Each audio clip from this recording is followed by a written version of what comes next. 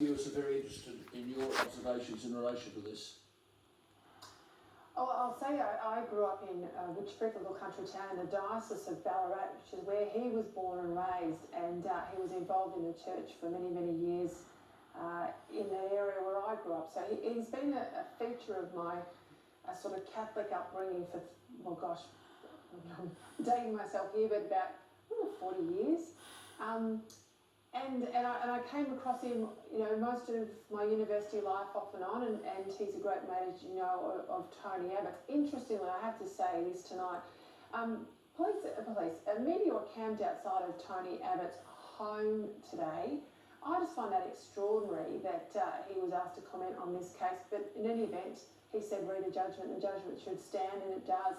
It's a unanimous judgment, and it's not just a 7-0 judgment in favour of George Pell, and that the appeal, George Pell's appeal, be allowed, but also that there was one and only judgment put forward by 7 of those of the bench, which is extraordinary. It's very unusual.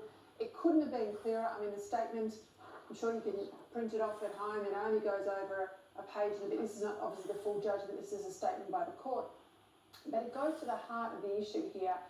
The jury decided on a different burden of proof than should be in a criminal case, which is beyond reasonable doubt. And then it went to appeal, and the Court of Appeal in Victoria, I think, had real problems with the way it managed not just the evidence, but also the judgment by the majority, including the CJ. Neither of them, who were in that majority judgment of 2, had any criminal background. The best judgment was the one that was the minority judgment by someone who was steeped in criminal law, and which is that it didn't stack up on the balance of probabilities, which is exactly where the High Court landed.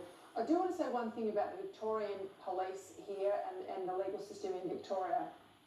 This High Court judgment is a serious indictment on how crook things are with the system in Victoria.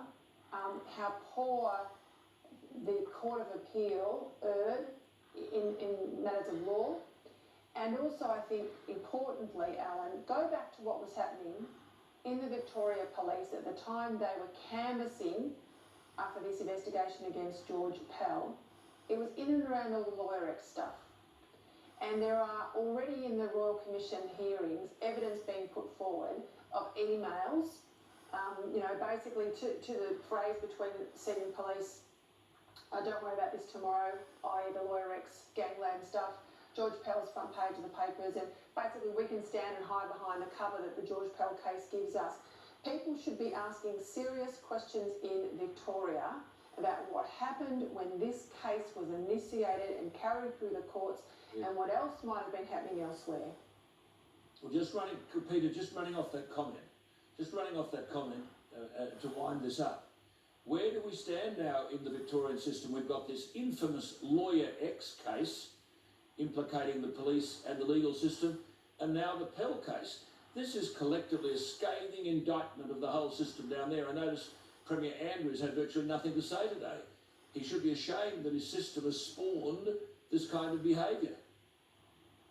I think, if Andrews was worth anything, he would widen the Royal Commission to Lawyer X into a broader commission about the conduct of legal affairs in Victoria and indeed the Victoria Police. I mean, this is sort of, in my view, Fitzgerald inquiry sort of stuff. I mean, I would be asking serious questions, the whole red shirt stuff that went on with the police, the number of people that have worked inside the Premier's office and Senior Minister's office getting senior appointments in the bureaucracy of Victoria Police.